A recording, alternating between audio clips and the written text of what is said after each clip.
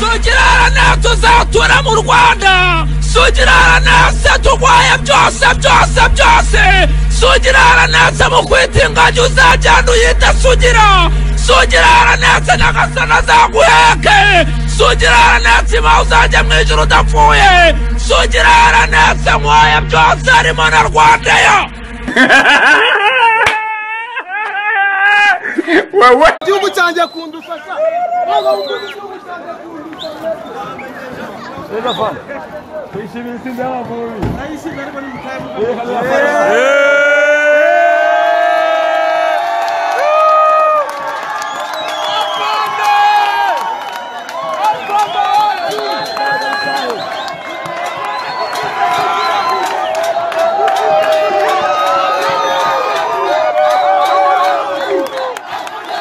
C'est le joueur qu'on attendait hein, dans cette équipe et dans le tournoi. Sur cette balle longue, Sugira dans la surface. Sugira encore. Sugira.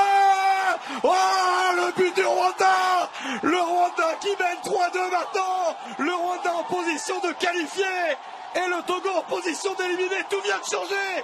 Dans ce groupe, il y a 5 minutes. Le Togo menait 2-1 et maintenant il y a 3-2 pour le Rwanda. Ce match est complètement dingue. C'est le joueur qu'on attendait hein, dans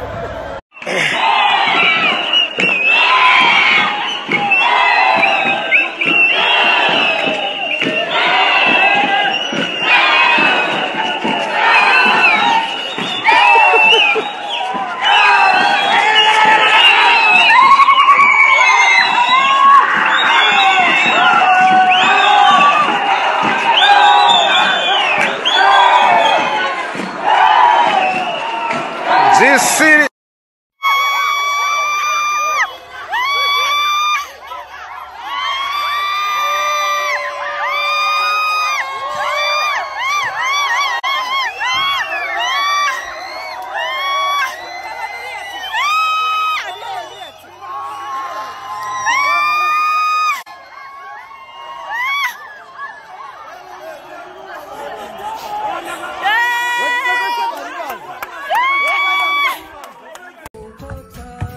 Chane 2020 twese inyuma y'u Rwanda.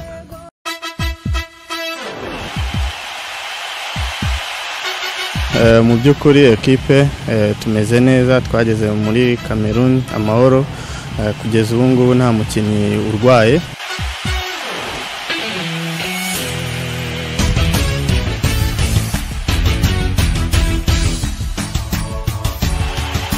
Igihe kirageze ngo natwe tubi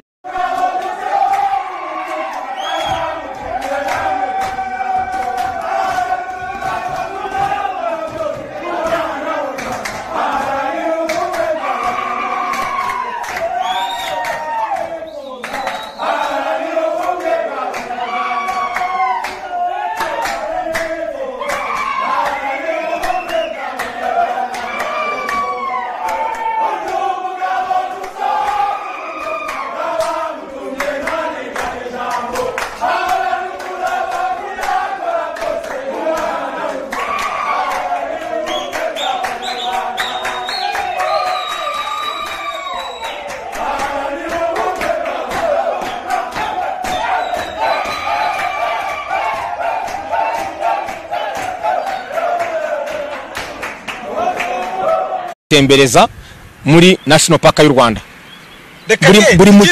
Buri mukinnyi wese na girlfriend we. Nakuza wenyine n'ufite umudamu n'ufite girlfriend bose nzabatembereza.